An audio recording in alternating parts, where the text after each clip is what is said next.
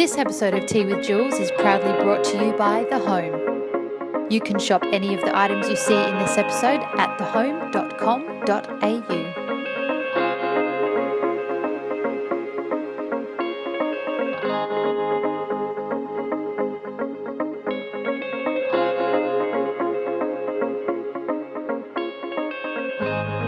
James Mathison. Hello, Jules. This is so great. Isn't it great? I'm so happy to have you here. Nice to be here. Thank you for coming. First and foremost, are you a tea drinker? I am, although there was a bit of a misunderstanding. I thought it was G&T with Jules. Sorry. So, you know, slip a little something in there. See yeah, how we go. I thought that would have happened before we started rolling, though. You never know. But tea is much more on brand, I feel like, for you. It's a bit more wholesome. Yeah.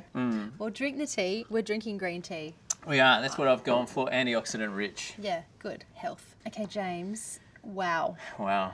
I have known you a really long time. Yeah, I reckon 13 years. I reckon it was probably 2002, 2003. 2003, my husband Guy was the inaugural winner, as he likes to say, of Australian Idol, and you were the host of Australian Idol. First and greatest Australian Idol, I reckon, Jules Sebastian. Amen. Yeah. And probably, you know, the best season as well, because it was sort of untainted. Nobody knew what they were doing, what they were getting in for, you know. Yeah, I actually read out Guy's name. The winner of Australian Idol is Jules Sebastian. And you know what's funny about that? It's been edited retrospectively to make me look better than I actually was on the night, because I remember it was so nerve-wracking. We knew like 4 million people were watching. It's a packed opera house. Backstage, Andrew and I flipped a coin to see who was going to read out the thing. And if you watch closely, I'm shaking because I'm 20...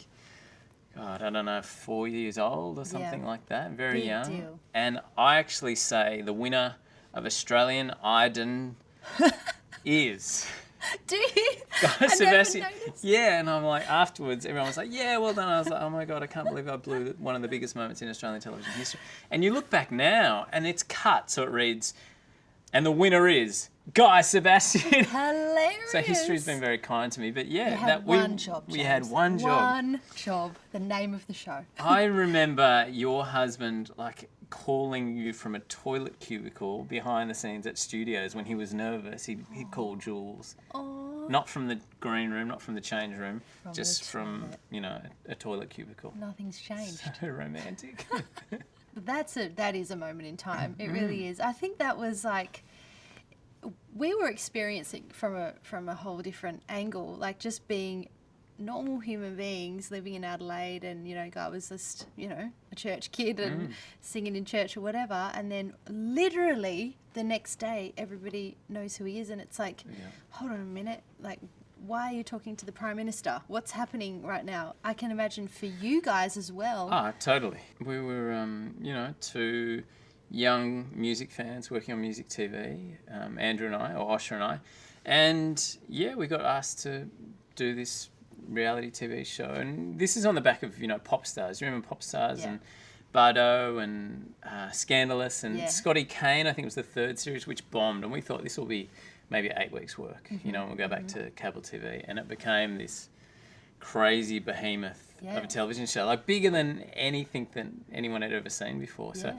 yeah, we were just holding on for dear life as well, you know. But I remember the night that like the first live episode aired, and like everyone was talking about it the next day, and someone in my family going, you know, your life will be different now. And I was like, come on. But the reality is that it was after that. Yeah.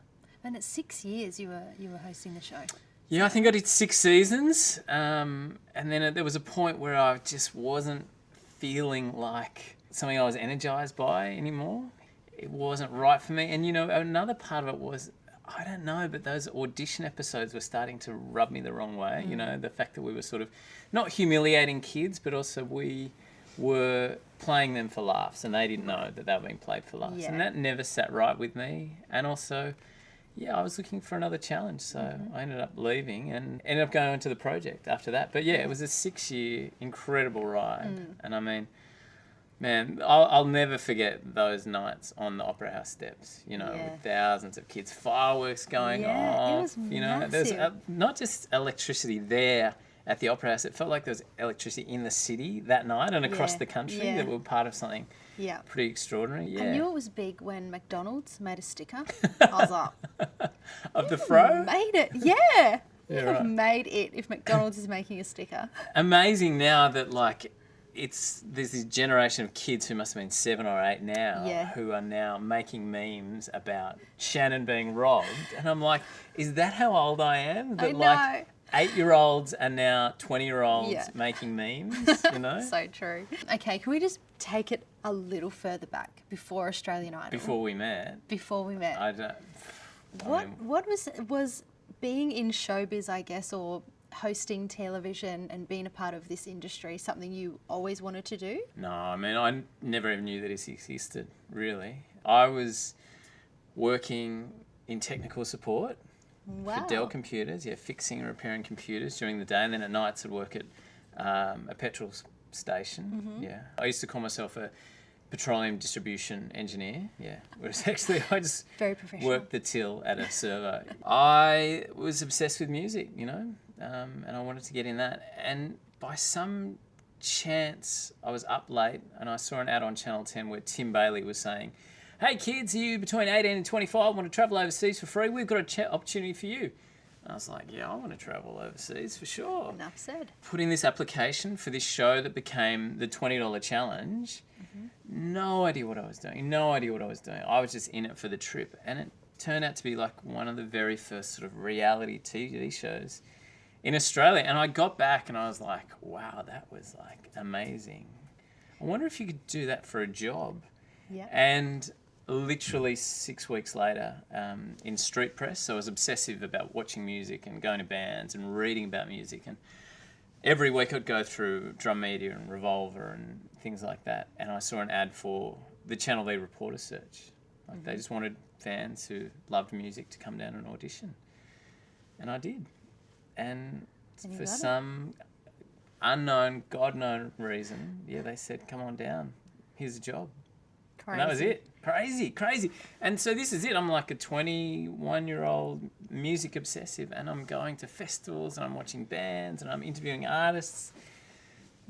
Still the greatest job I've ever had in my life. Really? Without a doubt. Wow. Yeah. The greatest adventure you can have in your 20s ever. And that was it. And that was the start of like TV, and I worked in V for a while, and we got a mysterious call one afternoon, Osher and I separately, from this woman saying, "Hey, would you like to be involved in a TV show we're working on?" And we're like, "Well, whatever, sure." Yeah. And that became Idol. And you're a musician yourself. That is using the term as loosely as physically possible. Okay. It's just, no. Okay. I play like 8 chords. Yep. And Stairway to Heaven. Yep. Yeah, lots of distortion. And so I have been in a band. Called? The Punishers. Great. Yeah. Love that. With Yumi Steins on bass. Yeah. Oh, great. The idea was that it was people who didn't really know how to play their instruments playing Asian-themed songs, because we're all partly Asian, you know. It was ridiculous at the time. It But still you played is. like festivals. You played at the Big Day We Out. played the Big Day Out, we played Falls Festival, and we were a great example of like, it's not what you know, who you know. Because we'd all worked in the industry for a long time. We were probably one of the worst live bands you'll ever see, but we were probably the funniest. Okay. We did a cover of the Canton theme song, for the, flavoured chicken. It Tastes Nice with Rice, that was another one of our songs. Heels Are All the Rage Backstage. Yeah, they're classics, obviously. You've never heard any of them, but I believe you. Part of it was like, we'd go and watch bands, we're always listening to music, wouldn't it be great to be in a band? And we were sort of like, well, what's stopping us, What stopped us was the fact that we couldn't play our instruments. Right. But we thought, what if we gave ourselves 4 months to really learn our instruments, or 6 months to like really practice and rehearse, write some songs? Maybe we could be in a band. And it was like this amazing revelation to all of us. Like, if you actually want to do something, you don't have to be the best in the world at it. Yeah. If you want to do it, just go and do it. Yeah. And if you do it with your friends and it's something that you love and you end up achieving that, then that's success. Not like selling records or, selling out stadiums or, even having to do it that well. Just the fact that you go and do it was a real moment for us to go, you can sort of do anything, you know. That's so cool. Yeah. Do you feel like that's been a bit of a mantra throughout your life? Because you've done a few different projects. I think so. But it is the nature of the industry. You have to change it up. Everything Yeah. doesn't last forever. I think the idea that you've got to be, you know, just good at one thing, or you've got to stick to one thing, is something probably that is different to, you know, the generation before us, you know, where you'd have a job for your entire life and that's what you did and you stuck to that. And also I think that idea of like failing is such bullshit, you know. If you don't do something and be the best there is at it, that you failed, you know. The thing we should be telling kids, and the thing that the reality that I've realised is that if you have a go, if you've got something in your heart that you feel like you want to do, just you have to do it, you know. And it doesn't matter what other people say. It doesn't matter whether you aren't the best in the world at it. Yeah. So I think that's it. Also, I feel like I'm not scared to take risks as well. So yeah, I don't know whether that is something that's in me or whether something I've just learnt. But yeah, I like to just have a go. Well, speaking of giving things a go. Speaking of not thinking through things entirely, yeah. We've just read that James Mathison was going for the seat of Warringah in the federal election of 2016. Yeah. Okay. And the only, which sounds great, you want to get into politics. The bigger stumbling block is you're going up against the former Prime Minister of Australia, who happens to be Tony Abbott. Yeah. Yes. Yeah. So it's easy in a blue ribbon Liberal seat that has voted Liberal last 60 years. Yeah, it's fine. Just go, let's go and have a crack at that. You, my friend, gave that a go. And that's admirable. I feel like I've always been very political in terms of following politics and having pretty strident beliefs about certain things. But I always felt that those two were separate, you know, my personal beliefs about how the world should be and my entertainment career, you know. And also it's a little bit risky, I think, sometimes for people. And we've seen that in the media recently, you know. If you're in the media, you have to sort of play it pretty safe, to be honest. Yeah.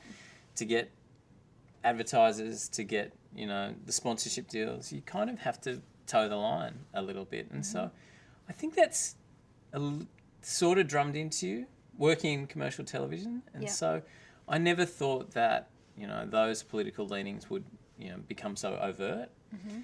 But the reality is that the world is changing, you know, and there's a movement around the world that young people demand better from our leaders.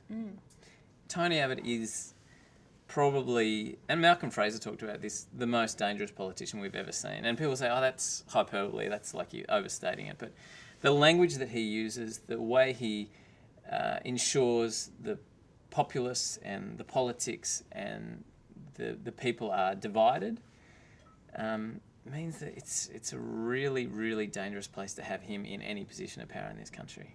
And so I was like, someone's got to do something. Anyone at all.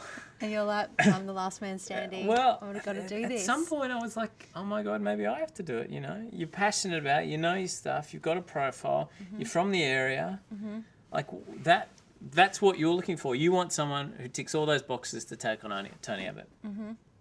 That's you. Right. And so, yeah, that was the realisation. I was like...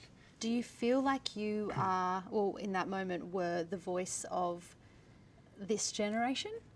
I feel like if you look around the world, you know, what Bernie Sanders is doing in the United States, what is happening with groups like Podemos in Spain and Five Star in Italy, and there's groups in Argentina, there's this real shift happening, you know, that the old guard who've ignored things like climate change, who've ignored, you know, the rights for transgender and the gay community, who've ignored massive inequality in income and wealth, who've ignored like outrageous housing market rises, have left the young people to go, well, what are we meant to do? What's our pathway? They don't see it. And so those groups around the world have found a focal point. And, you know, I don't know if I was a focal point, but I felt like I was at least tapping into a sentiment that existed, you know, way before I got there. And so that happened. You make the announcement that you're going for this. And then what happens? Because everyone was talking about that. Did you just sit down with your wife and just say, just letting you know this is going to happen? Yeah. And when you say sat down with her, I sat down with her like maybe a few days before it was going to happen. Partly because, you know, I'd really only decided maybe a week or so out, and partly because I thought she would try and talk me out of it, and I was like, I can't let that happen.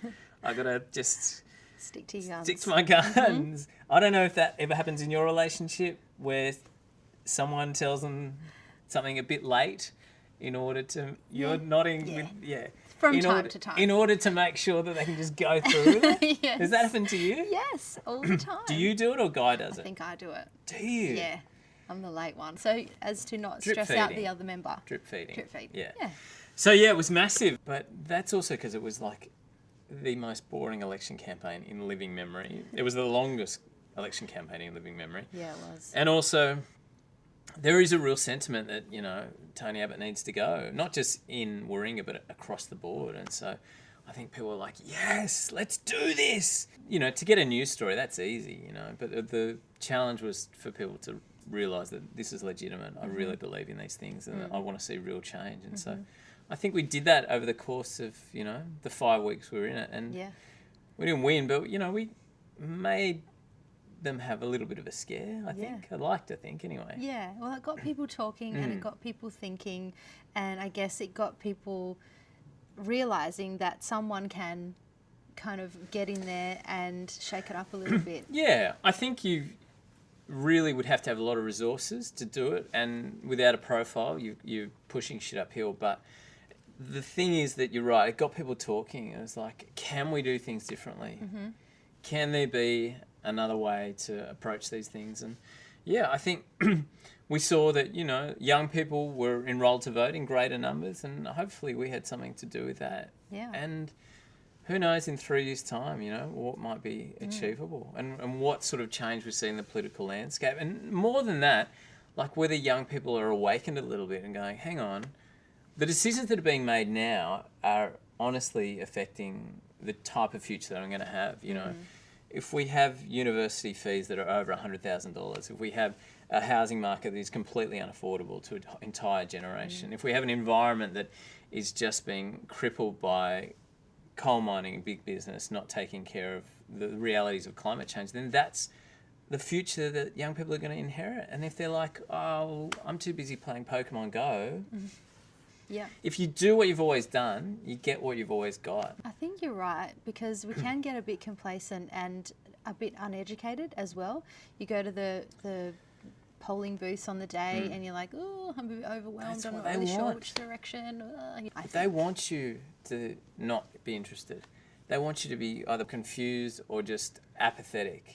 And then you end up going, oh, won't even bother researching, won't find out anything. I just get to the polling booth and go, oh, well, so the Labor or Liberal, who is the lesser of two evils? Right. And then one gets in power and goes, those guys are crooks. And then when they get in power, the other guy goes, those guys are crooks. And they just tag team between each other. They want us apathetic, disinterested, unengaged. Because imagine if we were an engaged, passionate, organised population. We take a lot of things for granted, but you know what gets drilled into us?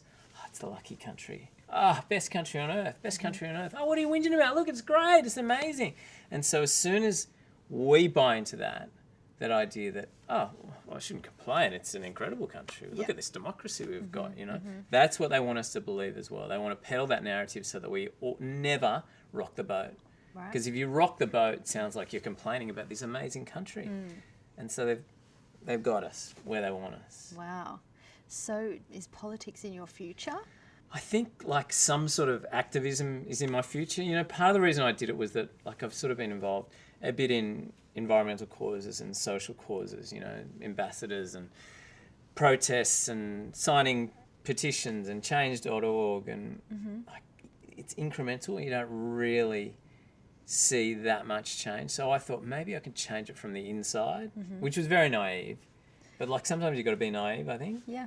To Yeah, do because stuff they're like also that. too scared. Yeah. Yeah. If you knew the reality of like half the stuff you get into, you wouldn't do it, whether that's launching a business, whether it's doing this. I mean, you'd never done an interview show before and you're like, I don't know what I'm doing, I'm going to do it. Still don't know. So I think I'm going to stick around. I want to be a bit of a thorn in the side for Abbott in Warringah. You know, I know that that's a really open, caring community, and his views don't reflect that. So, yeah, hopefully we can hold him to account in 3 years' time. When we go again, we'll know so much more. We'll have so many more resources. Yeah. And your wife will be better prepared. I'll give her 5 days notice. Yeah, that's fair. Now, you have a beautiful wife and 2 daughters. How old are your daughters? 3.5 and 18 months. Yeah, wow, Luca and Celeste. Parenthood, how's that going? It's pretty extraordinary and challenging and amazing. Something changes in your brain.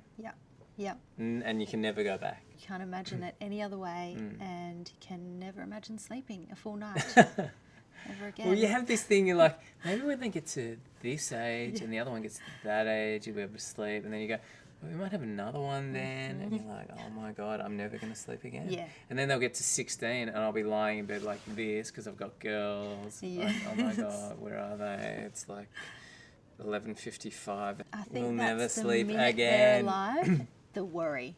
And so that gives you so much perspective about your own parents, yeah. you know. And you're like, oh my God, I was such a prick. I know. I went to South America when I was 17, straight after I finished high school. No internet, on student exchange. And I think I called my mum every, I don't know, couple of months, every month. Breaking my heart. I know, and only now as a parent you're like, wow. But I think that it's easily the greatest thing that has ever happened to me. It makes it like everything else you've achieved in your life like that big. Yeah. And perspective. You get so much perspective on what's important. And then when you're in it, you're like, oh my God, I'm exhausted. Stop loving me so much. Just give me a second. You think about people who've got sick kids and you're like, holy shit, pull your head in. Like, look at these amazing things. So, yeah. And that perspective continues to grow, you know. So you sort of learn so much about your partner and yourself, how they parent, and you know, I think I fall more in love with my partner when I see how she is with the girls, like just the language she uses, the patience she shows. It's, you know, extraordinary. Oh, that's so sweet. James, can we just talk about the pressure of being a funny person? I'm quite lucky, I think, because I don't do like stand-up, so I'm not a comedian at all. So I've never had to go into a room and people stand there and they've paid $30 and they're like, okay, all right, mate, make me laugh. Go on, funny guy, you know.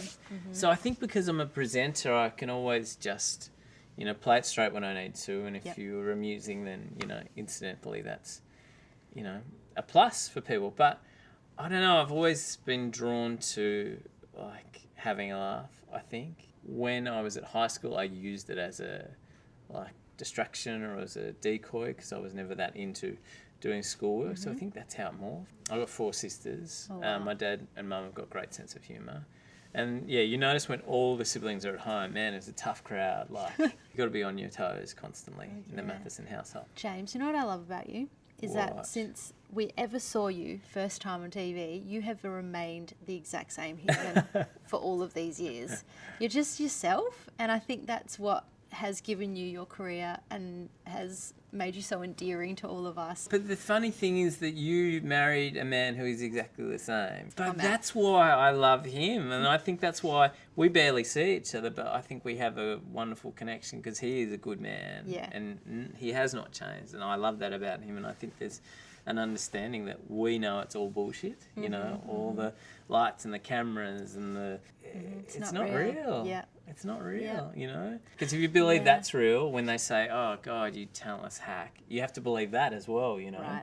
Right. So if you don't believe any of it, then you've got this sort of rod of certainty in yourself. But also, like, it's none of my business what other people think of me. That's a Even great if they way to think look at it. I'm amazing or if they think I'm, you know, a talentless goon, like, that's none of my business. That's a great way to look. I've never heard anyone say that before because then it just all slides off. Yeah. Yep. Exactly. Yeah. Because that's where it all goes wrong. Are you sure we couldn't get like a scotch in here? Would anyone know? Whatever you want here. Great. At tea. But don't tell everyone that. GMT, Jules.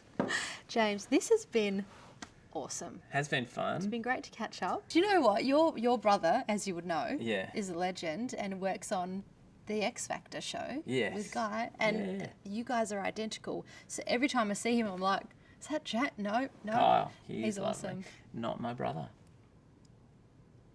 It's happened probably 30 times in my life. Kyle Holschbosch, not my brother. I know, amazing, James, right? I'm so embarrassed. No. Because everyone said that's his. Even Guy thinks that's your brother.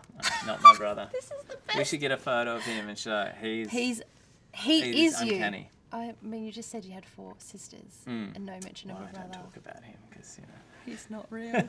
he's not real. I don't talk about my other brother. Mainly because he's not real. This is a guy that looks so much like me. He worked on Idol as a runner and would try and meet women like as me, pretending to be me. I was like, dude, that is not cool. What if you're a dick? What if you like don't call him an Uber the next day? And like, it is bizarre. I cannot believe it. You should interview him next. Yeah. See what he's up to. So lovely to see you. So lovely to have you. Thank you for joining me.